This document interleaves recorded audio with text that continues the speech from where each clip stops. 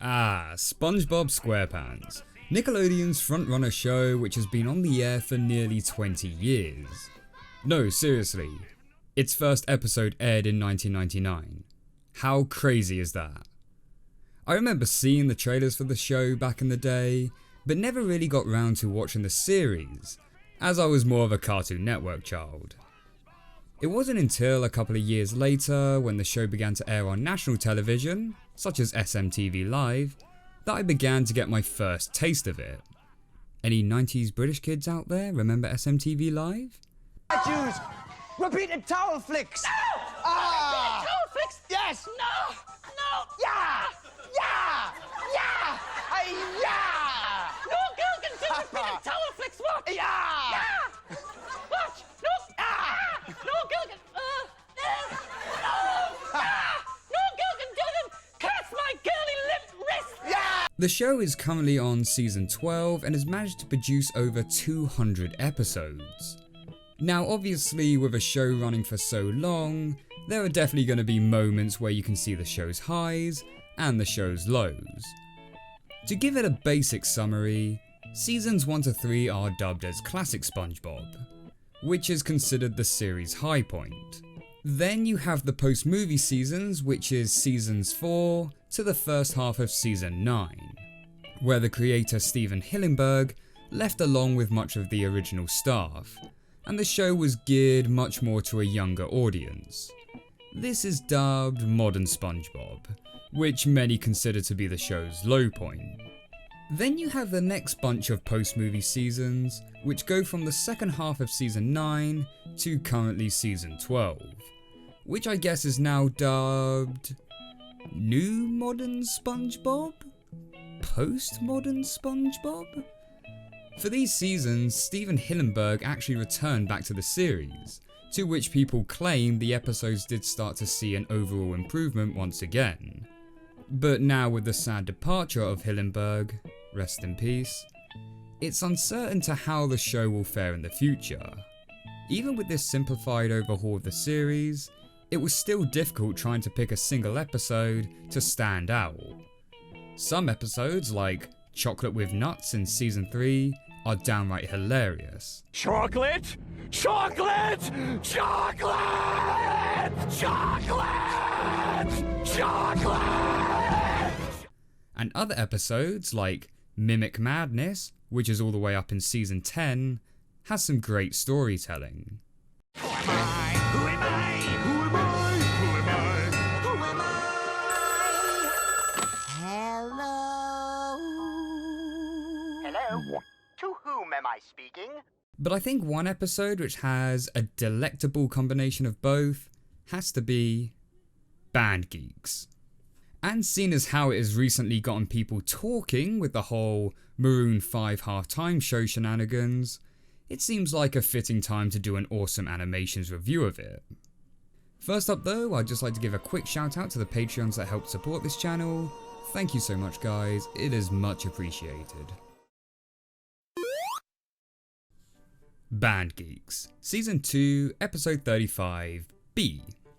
Originally airing in 2001. In this episode we're introduced to Squidward, who is trying to play some tunes on his clarinet. Yeah, we're with the pet hospital down the street, and I understand you have a dying animal on the premises. Like I said, the humour in this episode is on top form.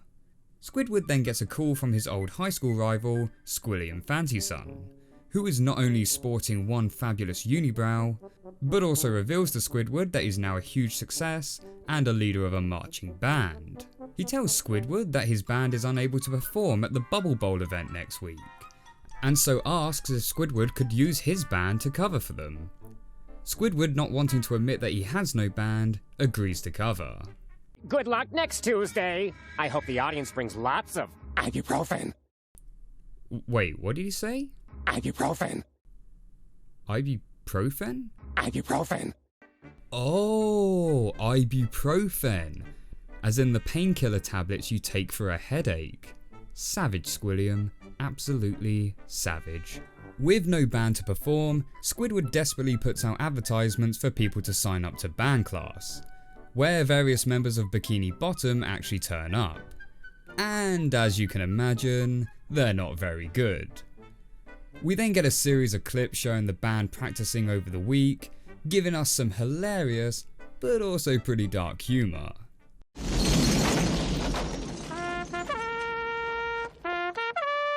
Eventually, Squidward decides to give up and storms out of practice. SpongeBob, feeling bad for his old friend, manages to rile up the Bikini Bottom citizens with one of the most inspirational speeches in television history. He was trapped in a fire. Who rescued him? A fireman?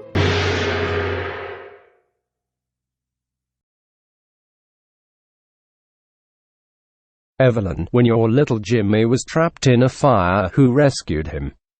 A fireman. And Larry, when your heart gave out from all those tanning pills, who revived you? Some guy in an ambulance. Right, so if we could just pretend that Squidward was a fireman or some guy in an ambulance, then I'm sure we could all pull together and discover what it truly means to be in a marching band.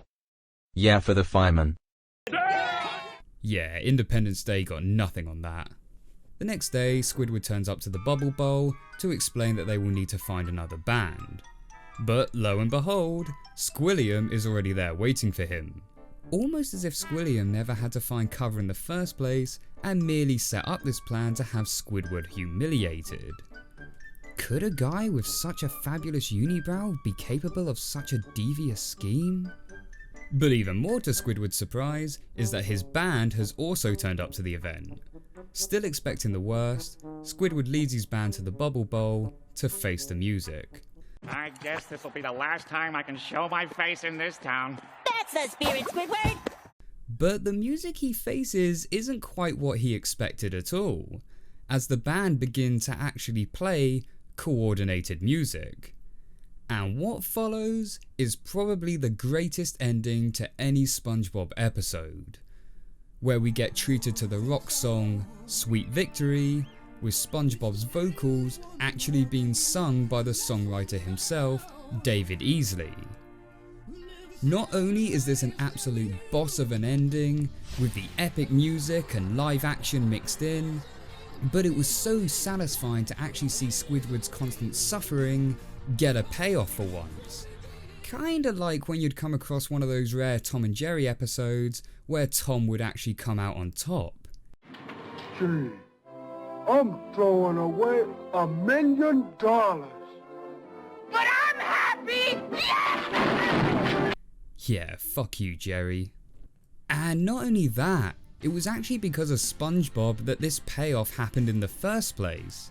So many times we see in the series where SpongeBob is getting to the point of near torture for Squidward, it's actually really nice to see SpongeBob come through for him, along with the rest of the main characters, even Plankton. In saying this though, for being one of the most wholesome episodes of the series, this episode sure has a lot of dark humour in it. I mean, 2 flag spinners meet their demise as they fly into a blimp in the sky, where no doubt the pilot dies as well, as we get the military funeral tune play, while Squidward lays down in a state of existential dread. Plus we also get that brief suicidal comment from Squidward. Too bad that didn't kill me. But you know, unlike certain other episodes, I can't seem to get happy. Maybe this will help. I think this one actually manages to pull it off. I suppose the only issue I have with this episode is that the victory gets completely ruined in the later season 3 episode, Squilliam Returns, where Squidward once again comes across Squilliam, but this time Squidward gets exposed and Squilliam has the last laugh. But like I said, this was an episode later on, so I'm not going to let it take away from this one, and will still hold it up there as my favourite episode of the SpongeBob series. And I'm not alone in that, as apparently it's even SpongeBob's voice actor, Tom Kenny, who declared this to be his favourite episode too. Not to mention this episode also won the 2002 Golden Reel Awards for Best Sound Editing in TV Animation. So to conclude, the reason this is an awesome animation is for great uplifting story, great use of the characters, great humour, and of course, great music.